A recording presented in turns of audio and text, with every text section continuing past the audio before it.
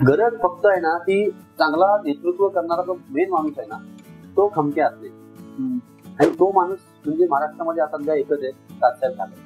आज 15 वर्ष इथले आमदार सत्तेमध्ये आहेत, आमदार म्हणून. पण ह्या शहरावरती शिवसेनेची सत्ता गेली 30 ते 40 वर्ष आहे. त्यामध्ये उभाटा शिवसेना असो नाही तर शिंदे गट असो, हे सगळ्यांचं अपयश आहे. आमच्यापेक्षा तुम्ही राजसाहेबांकडे बघून मतदान करा. कारण का आम्हाला ते त्यांच्या आधिपत्याखाली काम करणार होता. त्यामुळे आमच्याकडनं चुकीचं काम होऊच शकत नाही. आम्ही राज्यकर्ते म्हणजे काय असतो तर मतदारांनी नेमलेले एक तुम्हाला एक केअरटेकर. जो छत्रपती शिवाजी महाराज वाचेल ना त्याला टेन्शन नसतं, यू कॅन विन नाही, यू विल विन. 20 तारखेला रेल्वे हिंदी चिन्हातून बटन दाबावं आणि राजसाहेबांना संधी द्यावी. आणि त्यांच्या स्वप्नातला त्यांनी आम्हाला जे स्वप्न दाखवलं की जगाला हेवा वाटावा असा महाराष्ट्र घडावा, हे एक स्वप्न आम्हाला त्यांनी तरुणपणे दाखवलं कॉलेजमध्ये असताना. आणि त्या स्वप्न आम्ही सुद्धा जगलेलो आहोत. ते आम्हाला पूर्ण करायचे, त्यासाठी एक संधी द्या.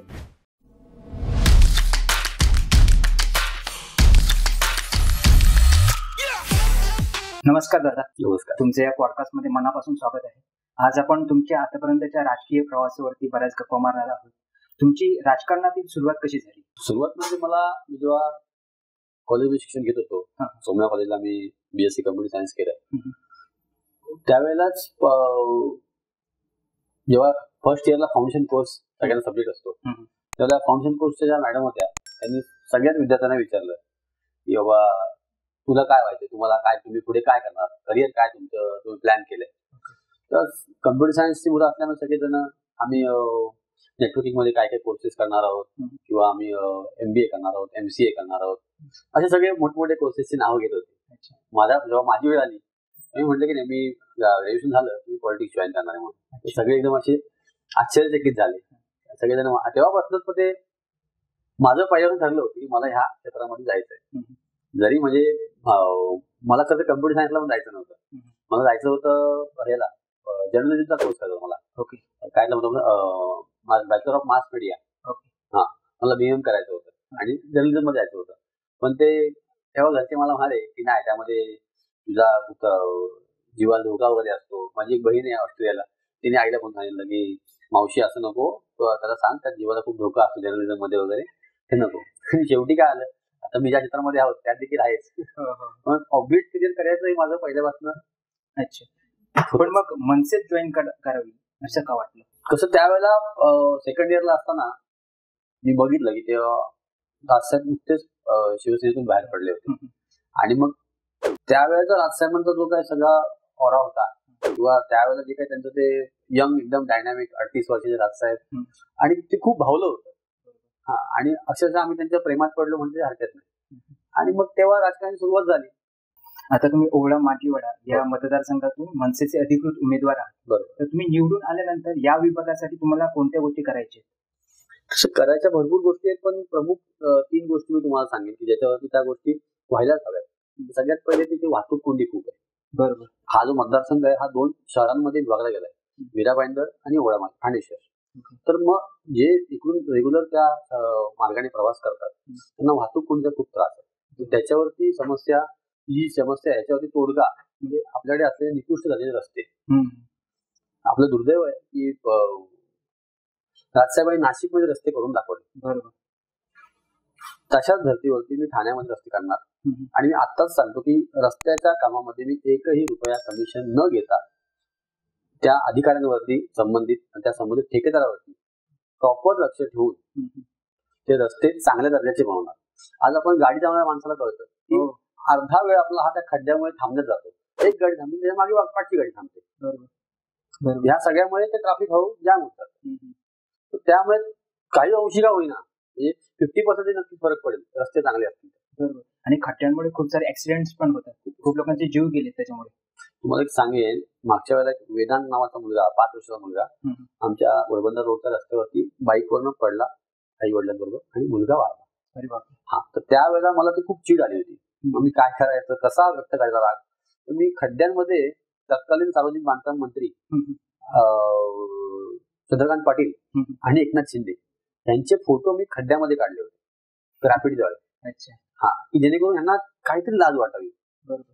आपण संवेदनशील असतो सर्वसामान्य माणूस, पण यांच्या संवेदना वेगळ्या आहेत. बरोबर. मला असं वाटलं की हे दाखवल्यानंतर तरी इथून पुढे ठाण्यामध्ये रस्त्यांमध्ये खड्डे दिसणार नाहीत. दुर्दैव आहे, ह्या सगळ्यांच्या जाणीवा मेलेल्या आहेत. त्यांना फक्त यांचा स्वाभिमान दुखावला जातो फक्त पैशासाठी, प्रॉपर्टीसाठी. आणि हिंदुत्व वगैरे सगळं वेगळी आहे त्यांचं हिंदुत्व. हे प्रॉपर्टीसाठी या लोकांनी गुवाहाटी घातलं, हिंदुत्वासाठी नाही घातलं. असेच महाराष्ट्रभर खूप सारे समस्या आहेत. म्हणजे आता तरुणांचा बेरोजगारीचा मुद्दा एक प्रकर्षाने जाणवतो. हो. तसेच बरेचसे समस्या आहेत. तर तुम्हाला काय वाटतं, म्हणजे मनसे सत्तेत आल्यानंतर कोणत्या कोणत्या गोष्टी प्रामुख्याने म्हणजे पहिलं सुरुवातीला सोडवेल? बघा, बेरोजगारी जी आहे ना, त्याला कारणीभूत आहे आपली सिस्टीम. एक साधी तुमची रिक्रुटमेंट कन्सल्टन्सी असते बघा एखादी, ती चांगलं काम करते. मग आपलं एम्प्लॉयमेंट एक्सचेंज करतंय काय? आज ठाण्यामध्ये, ठाणा आला की नवी मुंबई आलं किंवा वागळे स्टेट आलं, हा सगळा जो ठाणे जिल्ह्याचा पूर्ण भाग आहे, तो घोडबंदर पट्टा आला, तिकडे सगळीकडे बऱ्यापैकी बिझनेस कॉम्प्लेक्स आहेत जिकडे नोकऱ्या लोकांना मिळू शकतात. पण एम्प्लॉयमेंट एक्सचेंज थ्रू असं काय काम होतंय का? नाही होत आहे. शासनाचे नियम आहे की तुम्हाला 80% रोजगार हा स्थानिकांना द्यायचा आहे. हा जरी फक्त नियम तुम्ही नीट अंमलात आणलात ना, तर हा नियम म्हणजे तुमच्या रिझर्वेशन वरती पण उपाय आहे, फक्त रोजगारावरती नाहीये. बरोबर. लोकांना आरक्षण कशासाठी हवंय? तर नोकरीसाठी. हा, शिक्षण आणि नोकरी या दोन गोष्टीसाठी हवंय. या सगळ्यांवरती परिणाम करणारी गोष्ट आहे, पण अंमलबजावणी होत नाही. आज एवढ्या इकडे TCS असेल, लोधामध्ये बिझनेस कॉम्प्लेक्स आहेत बऱ्याच ठिकाणी, किंवा वेगवेगळ्या IT कंपन्या असतील, तिथे रिक्रुटमेंट जी होते तर 80% तर इथल्या स्थानिक मुलांना मिळाल्या, सगळे प्रश्न सुटतील.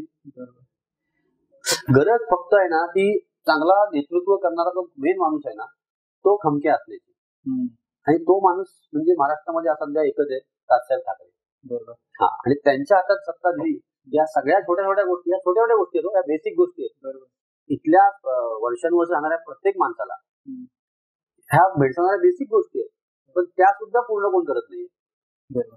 मनसे पक्ष बाकीच्या पक्षांपेक्षा कसा वेगळा आहे? कारण आता आपण बघतोय की कोणत्या लेवलला राजकारण चाललंय. बघा, आज मनसे पक्ष वेगळा ह्यामुळे आहे ना, की आज सगळेजण काय सांगतायत की आम्ही तुम्हाला 1,500 रुपये देऊ, कोण सांगताय तुम्हाला 3,000 रुपये देऊ. बरोबर. आता कालच मी ऐकलं की महाविकास आघाडी काहीतरी 100 युनिट वीज मोफत करणार आहे. पण 2019 मध्ये उद्धव ठाकरेंच्या सरकारने सांगितलं होतं, म्हणजे सत्तेत यायच्या अगोदर, की आम्ही तुम्हाला 300 युनिट पण वीज मोफत करू. मला सांगा, कोरोना काळामध्ये लोकांचे व्यवसाय बंद होते, नोकऱ्या नव्हत्या, त्यावेळी लाईट बिल कोणी कमी केली का? म्हणजे जेव्हा खरी गरज असते तेव्हा हे कोण काय करत नाही. त्यावेळेला जेव्हा लोकांच्या घरी लाईट बिल कापायला यायचे MSEBी लोक, तेव्हा मनसेवाले रस्त्यावर उतरायचे.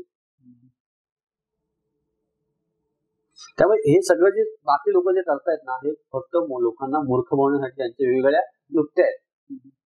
मग ती लाडकी बहीण असो किंवा इतरही काही असो, सन्मान्य राजसाहेबांनी आधीच सांगितलंय की लोकांना काही फुकट नकोय, लोकांच्या हक्काचे ते लोकांना द्या पहिले. आज प्रत्येकाला रोजगार हा त्याचा हक्क आहे. आज जर तुम्ही ठाण्यापुरता विचार करायचा, मी फक्त ओळा माजिरापुरतं बोलेन, बाकी बोलणं मी त्यासाठी पक्षाचा प्रवक्ता नाही, त्यामुळे मी फक्त ओळा माजिराबद्दल बोलेन. 720 कोटी रुपये ठाण्यामध्ये टॅक्स गोळा होतो, पुढे मागे, थोडा बहुत पुढे मागे. मी ह्या मागच्या वर्षी सांगतो, 2023-24चा, त्यातला जवळजवळ 250 कोटी टॅक्स हा घोडबंदर विभागाने दिला. म्हणजे 40 ते 50% टॅक्स जर घोडबंदर विभाग देणार असेल तर त्या बदल्यात त्यांना सुविधा मिळायला नको. आज त्या तिथल्या लोकांना प्रत्येक बिल्डिंगला 1.5-2 लाखाचं दर महिन्याचं टँकरचं बिल आहे. त्यांना पाणी टँकरचं घ्यावं लागतंय. मग तुम्ही काय सुविधा देता एवढा टॅक्स देऊन? तुम्ही रस्ते चांगले देणार नाही, तुम्ही पाणी चांगले देणार नाही. आज मला सांगा, ठाण्यामध्ये सगळे नामवंत बिल्डर आहेत. टाटा आहे, वाधवा आहे, रुस्तमजी आहे, शापूरजी पालमजी आहे, हिरानंदनी आहे, लोधा आहे, सगळे टॉपचे बिल्डर आहेत. पण ठाण्यामध्ये टॉपचे इन्स्टिट्यूट आहेत का? सिम्बॉसिस आहे, वेलिंगकर आहे, DY पाटील आहे, भारतीय विद्यापीठ आहे. मग आज ठाण्यातली आमची जी मुलं आहेत त्यांना शिक्षणासाठी 2-2 तास 3-3 तास प्रवास करून बाहेर जावं लागतं. ज्यांना इथे मिळत नाही ऍडमिशन, त्यांना शहर सोडून जावं लागतं. म्हणजे त्यासाठी लागणारा, प्रवासासाठी लागणारा वेळ, त्यासाठी खर्च होणारा इंधन, आणि त्याबरोबर सर्वात महत्वाची मुलांची सुरक्षा, त्या सर्व गोष्टीचा आपण कॉम्प्रोमाइज करतोय, तर आपण ह्यांना परत निवडून का द्यायचं? बरोबर. आज 15 वर्ष इथले आमदार सत्तेमध्ये आहेत, आमदार म्हणून, पण ह्या शहरावरती शिवसेनेची सत्ता गेली 30 ते 40 वर्ष आहे. त्यामध्ये उभाटा शिवसेना असो नाही तर शिंदेगड असो, हे सगळ्यांचं अपयश आहे. लोकांनी ह्यांना घरी बसवलं पाहिजे ना. नाही तर लोकांना काय वाटणार की आज आम्ही काही करू शकतो. भले आमच्यावर आज ईडीने कारवाई केली, आमचे 11-12 कोटी जप्त केली मालमत्ता, तरी आम्ही पण उद्या उथळ मान लोकांमध्ये फिरायचं आणि मतं मागायची आणि लोकांनी मतदान करून निवडून द्यायचं. आणि मग त्यांना काय वाटणार, अरे आम्ही करतो ते बरोबरच आहे. आज दिवाळीला प्रत्येक माणसाच्या घरी दिवाळी पोहोचली, दिवाळी भेट ही प्रत्येक माणसाच्या घरी पोहोचली. हे शक्य आहे का? आज 5,40,000 मतदारसंख्या आहे अधिकृत. म्हणजे मतदार नसलेले लोक जर पकडले तर 6.5-7 लाख लोक ह्या मतदारसंघात राहतात. मग यांची जर घरं पकडली, दिवाळीला तुम्ही 4 केलं तरी 1.5 ते 2 लाख घरं झाली. एवढ्या घरांमध्ये दिवाळी भेट पोहोचवणं हे शक्य आहे का? हे कुठून होतं? हे तुमच्याच पैशातून जेव्हा कामं निघतात, त्या कामांमधून तो भ्रष्टाचार केला जातो, त्यातून हे पैसे बाजूला काढले जातात आणि तुम्हाला घरपोच मिळाले. तुम्हाला वाटतं वा काय आमचा आमदार आहे, आम्हाला घरपोच दिवाळी मिळाली. तुम्हाला वाटतं हॅपी दिवाळी आहे, पण हॅपी नाही आहे. अशा छोट्या छोट्या गोष्टींमध्ये आपण हॅपी होतो आणि म्हणून आपलं आयुष्यभर दुःखी राहावं लागतं. म्हणजे ठाणे शहरामध्ये घोडबंदर विभाग 40% ते 50% टॅक्स देणार, त्यांना सुविधा मिळणार नाही. गावामधून कमी टॅक्स मिळणार, तिकडे तुम्ही सुविधांचा काय फार काय दिलेच नाही म्हणणार नाही मी, पण म्हणजे तुम्ही करताय कसं मॅनेज? म्हणजे एखादा मुलगा जर कमवता असेल घरामध्ये आणि तो जास्त कमवतोय, तुम्ही सगळा बोजा त्याच्यावर टाकायचा, तसं झालं ना हे.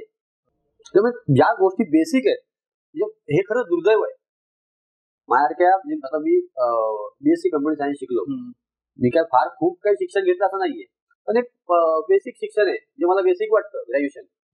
पण राजकारणामध्ये तसा काही क्रायटेरियाच नाही आपल्याकडे. हा, आज आपले आमदार आहेत ते 15 वर्ष निवडून येतात, ते 10वी पास आहेत.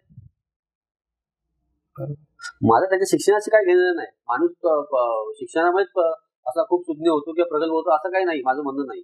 पण तुम्ही जेव्हा एखादी व्यक्ती निवडता आमदार म्हणून, आज तुम्ही तुमच्या घरचा जो एखाद्या बिल्डिंग मध्ये मी गेल्यावर लोकांना विचारतो तुमचं शिक्षण काय, तेव्हा ते कमिटी मेंबर्स खूप असं अभिमानाने सांगतात. अर्थात तो असला पाहिजे आपल्या प्रत्येकाला. मी बीटेक केलंय, मी एमटेक केलंय, मी एमबीए केलंय, मी एमसीए केलंय. मग त्यांना विचारलं, मग तुमच्याकडे जो ऍडमिन मध्ये कामाला मुलगा आहे, ऑफिस सांभाळणारा सोसायटीचा, तो किती शिकलेला आहे? नाही, तो सुद्धा 12वी शिकलेला आहे. काय हा तो ग्रॅज्युएट आहे असं सांगतात. आणि मग तुम्ही आमदार का 10वी पास निवडता? तुम्ही शिक्षणाला महत्व देत नाही, मग तुमच्या पुढच्या पिढीच्या शिक्षणासाठी कोण सोय करणार? ती मानसिकता ज्याच्याकडे असेल ना, त्याला द्या संधी. जसं राजसाहेब म्हणतात की आता पण ह्यांनी एवढं वाटोळं केलंय, आम्ही काय वाटोळं करणार तुमचं? आमच्याकडे चांगलंच होईल. आणि मुळात आमच्यापेक्षा तुम्ही राजसाहेबांकडे बघून मतदान करा, कारण का आम्हाला ते त्यांच्या अधिपत्याखाली काम करणार होतं आम्ही, त्यामुळे आमच्याकडे चुकीचं काम होऊच शकत नाही. जसं तुम्ही म्हणालात की बेसिक गरजा लोकांच्या अजून पूर्ण नाही झाल्या, आणि पण सध्याचं जे वातावरण आहे ते बघून असं वाटतंय की आता परिवर्तन घडणार आहे. 100% म्हणजे वारं फिरलंय. तुम्हाला काय वाटतं या वेळी किती आमदार वगैरे निवडून येतील? नाही, मला सांगू का तुम्हाला, मी किती आमदार या आकड्यांमध्ये जाणार नाही, कळलं? कारण का मी माझ्या मतदारसंघाबाहेर फिरतच नाहीये, माझा अंदाजच नाही सगळ्यात पहिले. पण एवढं मी तुम्हाला नक्की सांगतो की यावेळेस लोकांनी ठरवलंय की ह्या 4ही पक्षांना घरी बसवायचं. कारण आम्ही प्रचार दारोदारी जेव्हा करतो ना, तेव्हा लोकांचं बोलण्यातून कळतं की बस झालं, तर कंटाळा आला, यांना खूप संधी दिली आणि जे काय 5 वर्षात राजकीय शिखर या लोकांनी केलाय ना, तो लोकांना अजिबात पटलेला नाही. तुम्ही एवढी वर्ष राजकारणात आहात, तुम्ही राजकारणात काम करताना आतापर्यंत कोणते कोणते चॅलेंजेस फेस केले? कोणते हा विषय नाही, आम्ही चॅलेंजेस फेस केले जातात. कारण का 18 वर्ष आमचं तर रस्त्यावरतीच आहे. हा, म्हणजे तुम्हाला सांगू, कुठलीही छोटी गोष्ट करा. आता परवा कालच्या पेपरमध्ये बातमी आहे, तुम्हाला सांगतो की आपल्या ठाण्यामध्ये जेवढे जाहिरात फलक आहेत त्या जाहिरात फलकांना 11 कोटीचा दंड माझ्यामुळे लागलाय. हा, का दंड लागलाय? कारण का त्यांनी जेवढी परवानगी घेतली होती, त्यांना दिली होती, त्याच्यापेक्षा जास्त आकाराचे होर्डिंग लावले. बरं, मी या विषयात का आलो? तर आपल्या घाटकोपरात दुर्घटना घडली, बरेच लोक आपले मुंबईकर तिकडचे त्या ह्याच्यामध्ये दुर्घटनेत वारले, मृत्युमुखी पडले. पण ह्यांना त्याचा काय वाईट वाटत नाही. आज ठाण्यामध्ये जागोजागी चौकात मृत्यू सापडे रचलेले आहेत, हे असे होर्डिंग अशा अंगावर आलेले आहेत. तर नियमानुसार नाहीयेत ते. मी जनहित याचिका केली कोर्टामध्ये आणि त्याच्यामुळे कोर्टाने फक्त त्यांना फटकारले की सांगितलं तुम्ही 1 आठवड्यात तुमचा रिप्लाय द्या, तुम्ही याच्यावर काय ऍक्शन घेतली. पण ते त्या अगोदरच कोर्टात जशी पीएल दाखल झाली तशी यांनी लगेच ते त्यांच्यावर दंड आकारलाय. पण दंड आकारणं ठीक आहे, ते तुमचं आकारणं आणि तो दंड वसूल करणं अजून वसूल झालेला नाही, वसुली करून घेऊ आपण. पण त्याही पेक्षा महत्वाचं आहे लोकांची सुरक्षा. बरोबर. तुम्ही लोकांच्या सुरक्षेसाठी तुम्ही काय करणार आहात की नाही? म्हणजे तुम्ही एक घटना, एवढी दुर्घटना घडून सुद्धा तुम्ही डोळे कसे उघडत नाहीत? बरं, हे सगळे होर्डिंग कुणाचे आहेत? ते ह्यांच्याच बगल बच्च्यांचे आहेत. मग ह्यांच्या एक महिना ऍड लागले असतात निवडणुकीच्या आधी सुद्धा. आम्हाला 5,40,000 लोकांपर्यंत पोहोचायला वेळ लागतोय, कारण की आमच्याकडे सगळी यंत्रणा नाहीये आणि आम्हाला याची यंत्रणा वापरायची पण नाहीये. ज्या तरुणांना राजकारणात यायचंय त्यांना तुम्ही काय गाईड कराल? तरुणांनी राजकारणात यायलाच पाहिजे. बरोबर. कारण का आपण एकीकडे म्हणायचं की हे चुकीचं आहे, हे चुकीचं आहे, आणि आपण ते बरोबर व्हावं म्हणून काहीच करायचं नाही आणि फक्त बघत बसायचं, तसं नाही चालणार. तुम्हाला त्यासाठी स्वतः तिथे उतरून करावंच लागेल. हे आपलं घर म्हणून जोपर्यंत आपलं समजत नाही ना, हे महाराष्ट्र, हा माझा मतदारसंघ, माझं शहर, हे माझं घर म्हणून समजत नाही ना, तो पण ह्या गोष्टी होणार नाही. आपल्या घरात काही प्रॉब्लेम असेल तर आपण बघत बसतो का कोणतरी येऊन सॉल्व्ह करेल? नाही ना. आपण कसं आपलं स्वतःहून नाही, चला आता हा नाही तर तो, हा नाही तर हा मागं बघितला पाहिजे. कुठली छोटी समस्या जरी असली तरी, समजा अगदी आपल्या घरातलं समजा एखाद्या दिवशी कार्पेंटरचं काम आहे, फर्निचरचं काही छोटं मोठं काम आहे, एक जण म्हटला मी नाही येत आहे, एकाने काम बिघडवलं, आपण दुसरा बघतो ना, कारण का ते आपलं घर आहे. तसं ठाणे शहर हा मतदारसंघ हे मी माझं घर समजतो, तसं लोकांनी पण समजलं पाहिजे. आणि जो राज्यकर्ता, आम्ही राज्यकर्ते म्हणजे काय असतो, तर मतदारांनी नेमलेले एक तुम्हाला एक केअरटेकर असतो, किंवा हे 5 वर्षासाठी आम्ही तुम्हाला केअरटेकर नेमलंय आमच्या प्रॉपर्टीचं. पण ते केअरटेकर काम करतोय की नाही, कसं करतोय, आणि जर नाही करत तर बदलायचा अधिकार मतदारांना आहे ना, तो त्यांनी बजावला पाहिजे. पण ही भावना सगळ्या राज्यकर्त्यांमध्ये असली पाहिजे. म्हणजे जे पण त्या पदावर नियुक्त होतात ते काय होतं, तुम्ही 15-15 वर्ष, 30-30 वर्ष एकाच पक्षात सत्तेवर काय होणार? मग तुम्हाला ग्रँटेड पकडतात लोक. बरोबर. तुम्ही बदला दर 5 वर्षांनी, त्यांच्यामध्ये कॉम्पिटिशन लागू दे ना, की बाबा आपल्याला चांगलं करावंच लागेल, नाही तर आपण बदलले जाणार, ही भीतीच नाही त्यांना. बरोबर. तुमचे राजकीय उद्दिष्ट काय आहे? म्हणजे मला राजकीय उद्दिष्ट म्हणाल तर मला समाजासाठी काहीतरी चांगलं करायचं आहे. आज माझं वय वर्ष 38, गेले 18 वर्ष मी मनसे या पक्षात काम करतोय. तर ह्या वयामध्ये जर माझ्या हातात काही गोष्टी आल्या, सत्ता आली, सत्ता हे काय, सत्ता माध्यम आहे. समाजसेवा करण्यासाठी जेव्हा आम्हाला जो संघर्ष करावा लागतो, तो संघर्ष न करता काही गोष्टी मी जास्त करू शकतो, त्यासाठी आम्हाला सत्ता हवी. बरोबर. आज ज्यावेळेला मी फॉर्म भरत होतो त्यावेळेला मला त्या अधिकाऱ्यांनी विचारलं की तुम्ही स्थावर मालमत्ता निरंक लिहिली आहे. म्हणजे एकीकडे तुम्ही बघाल तर माझी स्थावर मालमत्ता निरंक आहे, आणि माझ्या अपोजिट जो आमदार आहे, माजी आमदार जे निवडणुकीला उभे आहेत, त्यांची 350 कोटी संपत्ती आहे लिगली. इलिगली माहित नाही, कारण का त्यांच्यावरती ईडीने कारवाई केलेली एकदा, म्हणजे इलिगली होती म्हणून कारवाई केली. हा, त्यामुळे ते माहित नाही. असो, ते संपत्ती हा विषय नाही, पण मला सांगायचं आहे की आम्ही एखादी काहीतरी इच्छा बाळगून जर एखादा तरुण काम करत असेल, एखादा शिकलेला तरुण ह्या क्षेत्रात येत असेल, त्याला जर लोकांनी पाठीशी नाही उभे राहिले तर मग तुम्ही अपेक्षा कशी ठेवू शकता की हा हे क्षेत्र सुधारेल?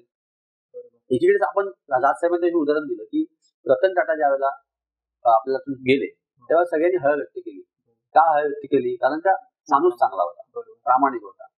मग मला असं वाटतं की मी सरळ आहे, सभ्य आहे, प्रामाणिक आहे, आणि मी राजकारणात आहे, तर तुम्ही मला मदत केली पाहिजे. मला जर तुम्ही तुमचा आमदार म्हणून निवडून दिलं, तुम्हाला तुमची हवी ती कामं करून घेता येतील.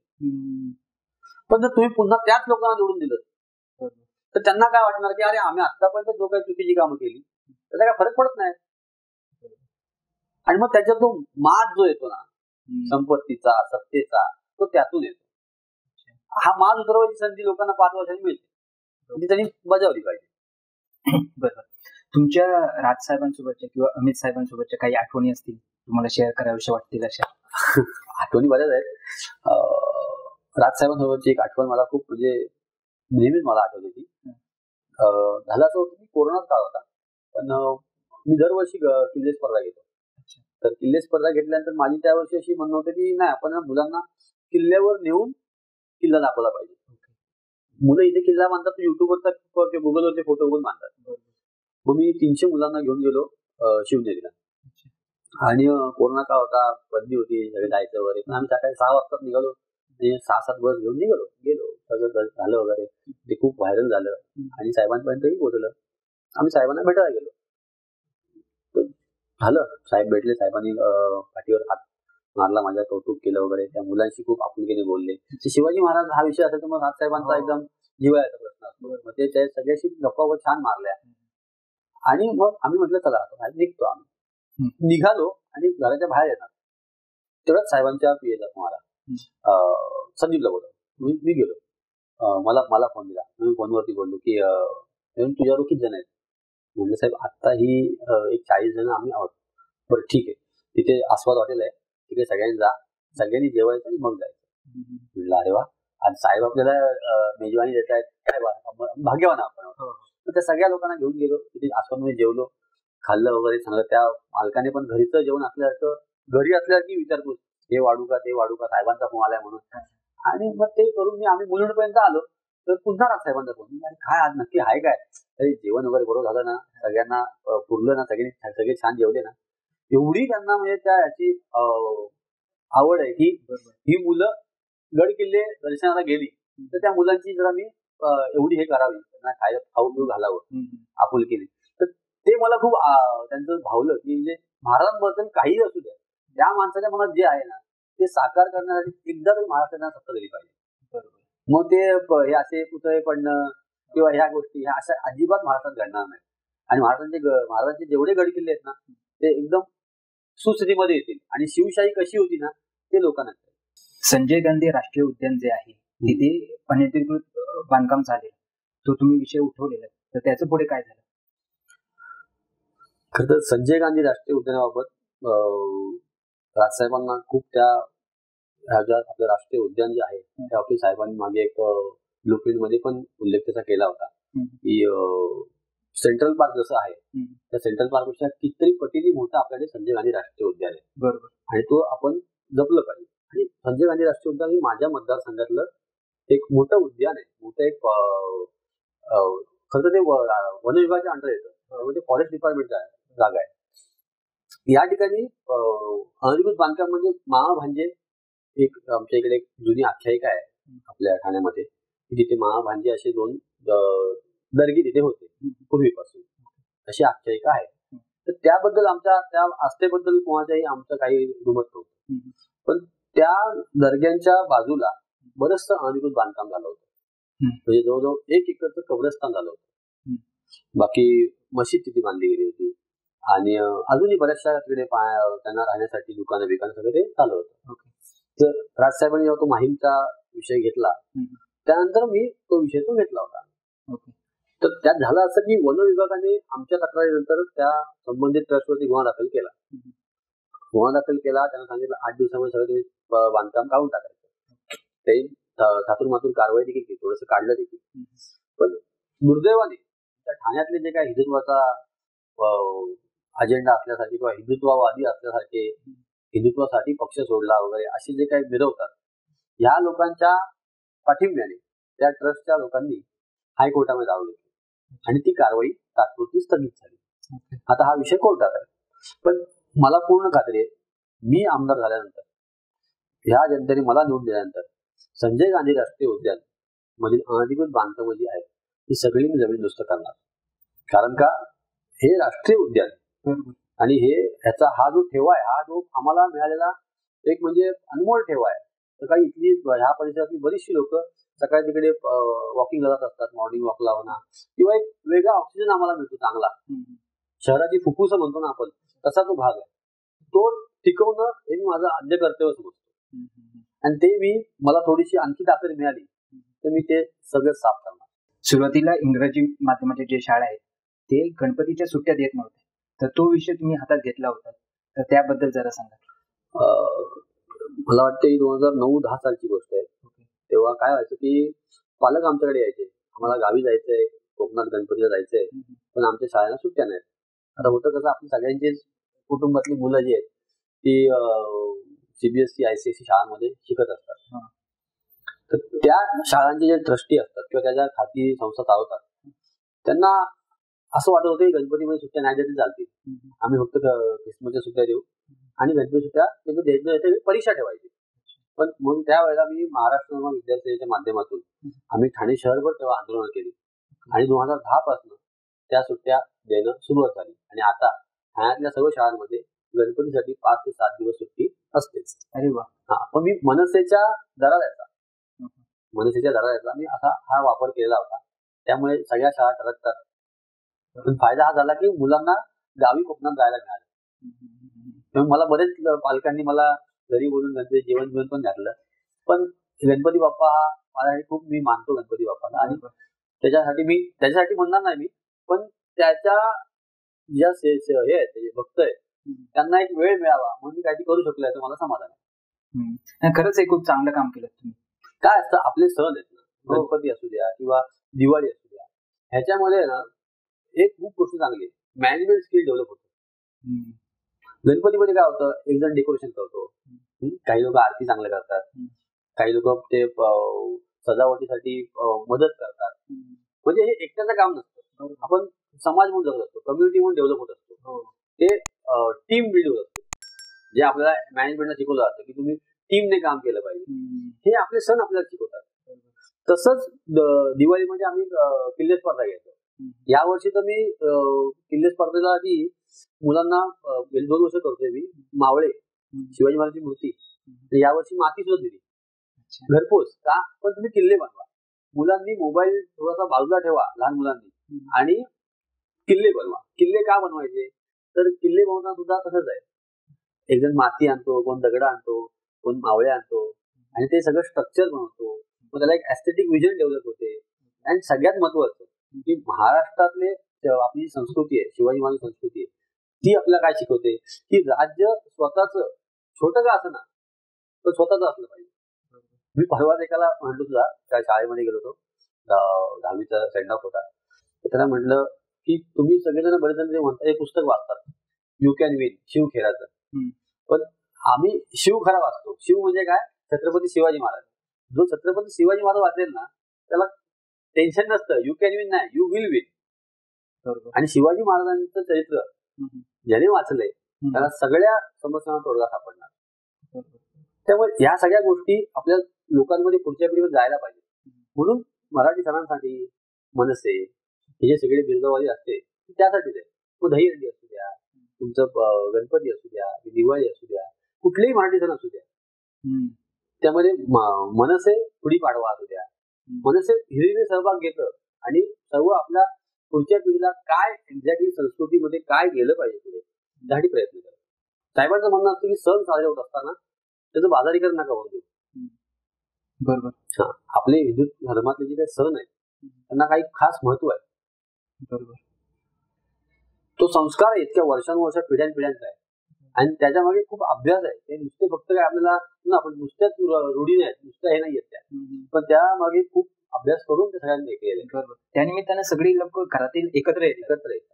आज बघतोय फ्लॅट संस्कृतीमध्ये लोक तशी एकत्र असतात. बरोबर. त्यामुळे ह्या सगळ्या गोष्टी व्हायला हव्यात आणि आपला जो चांगला महाराष्ट्र आहे तो जर पुढे न्यायचा असेल तर राजसाहेबांसारखा द्रष्टा नेता पाहिजे. नाही तर आत्ताचा जो महाराष्ट्राची इमेज झालेली आहे, जी प्रतिमा झालेली आहे भारतभर, ती काही चांगली झालेली नाहीये. तर गद्दारी आपल्या रक्तात नाही, हे दाखवून द्यायची वेळ जनतेने 20 तारखेला रेल्वे हिंदी चिन्हातून बटन दाबावं आणि राजसाहेबांना संधी द्यावी. आणि त्यांच्या स्वप्नातला, त्यांनी आम्हाला जे स्वप्न दाखवलं की जगाला हेवा वाटावा असं महाराष्ट्र घडावा, हे एक स्वप्न आम्हाला त्यांनी तरुणपणे दाखवलं कॉलेजमध्ये असताना आणि त्या स्वप्न आम्ही सुद्धा जगलेलो आहोत. ते आम्हाला पूर्ण करायचंय, त्यासाठी एक संधी द्यावी. सर, तुम्ही मनसेच्या विद्यार्थी सेनेत सरचिटणीस, तर आता जे शिक्षणाचं बाजारीकरण झालंय, म्हणजे फीज वगैरे भरमसाठ वाढली आहे वगैरे, त्याबद्दल तुम्हाला काय वाटतं? मी मध्यंतरी एक मुख्यमंत्र्यांना पत्र दिलं होतं की तुम्ही लाडकी बहीण योजना, म्हणजे लाडका विद्यार्थी योजना, मी लाडका विद्यार्थी योजना ह्यासाठी म्हटलं होतं की आज राईट टू एज्युकेशन मध्ये मुलांना जे अनुदान मिळत आहे विद्यार्थ्यांना ते खूप तुटपुंज आहे. म्हणजे राज्य शासन आणि केंद्र शासन मिळून 17,700 काहीतरी रुपये एका विद्यार्थ्यामागे देतात. आज एवढ्या मोठमोठ्या संस्था आहेत, खाजगी संस्था, त्यांना 17,000 मध्ये मुलांना शिकवणं सोपं परवडत नाही. आणि ते देखील शासन त्यांना वेळेवर देत नाही. त्यापेक्षा महानगरपालिका शाळेमध्ये तुम्ही 40,000 रुपये एका विद्यार्थ्यावर खर्च करता. त्यामुळे जी महानगरपालिका असेल, ठाणे असेल, मुंबई असेल, पुणे, नाशिक सगळी असेल, त्या महानगरपालिकेने जेवढा खर्च करते महानगरपालिका शाळांमध्ये विद्यार्थ्यांवरती, प्रति विद्यार्थी जो काय खर्च होतो तेवढा खर्च तुम्ही खाजगी शाळांना दिला तर खाजगी शाळा आनंदाने त्या मुलांना आपल्याकडे शिकवतील, जेणेकरून मुलांना शिक्षण देखील चांगलं मिळेल. ही झाली लाडका विद्यार्थी योजना. म्हणजे तो जो डिफरन्स आहे तो सरकारने पे करावा. बरोबर. बहीण लाडकी तुम्हाला वाटते ना, मग लाडका विद्यार्थी वाटत नाही का? का तो मतदार नाही म्हणून? बहीण लाडकी कुठली वाटते बघा, जे मतदार आहेत त्यांच्यासाठी योजना आहे. बरोबर. हा, विद्यार्थ्यासाठी योजना नाही कारण तो मतदार नाही, तर ते तसं नसायला पाहिजे. विद्यार्थ्यांसाठी करा, आई वडील पण तुम्हाला मतदार करा. बरोबर, कारण चांगलं शिक्षण सगळ्यांना मिळणं गरजेचं आहे, ते बेसिक नीड आहे. चांगलं शिक्षण, आरोग्य हो, हे आपल्या मूलभूत अधिकार आहे. धन्यवाद साहेब, तुम्ही पॉडकास्टसाठी वेळ दिलात. धन्यवाद. आणि जसं आता वातावरण आहे किंवा तुम्ही मागे जी कामं केली आहेत किंवा खास करून कोरोनाच्या काळात असते जी कामं केली आहेत ते बघून असं वाटतंय की यावेळी नक्कीच परिवर्तन घडणार आहे आणि जे राजसाहेबांच्या स्वप्नातलं जो महाराष्ट्र आहे तो नक्कीच घडावा अशी सगळ्यांची आमची इच्छा आहे. तुम्हाला तुमच्या पुढील वाटचालीसाठी आमच्या टीमकडून खूप साऱ्या शुभेच्छा. धन्यवाद.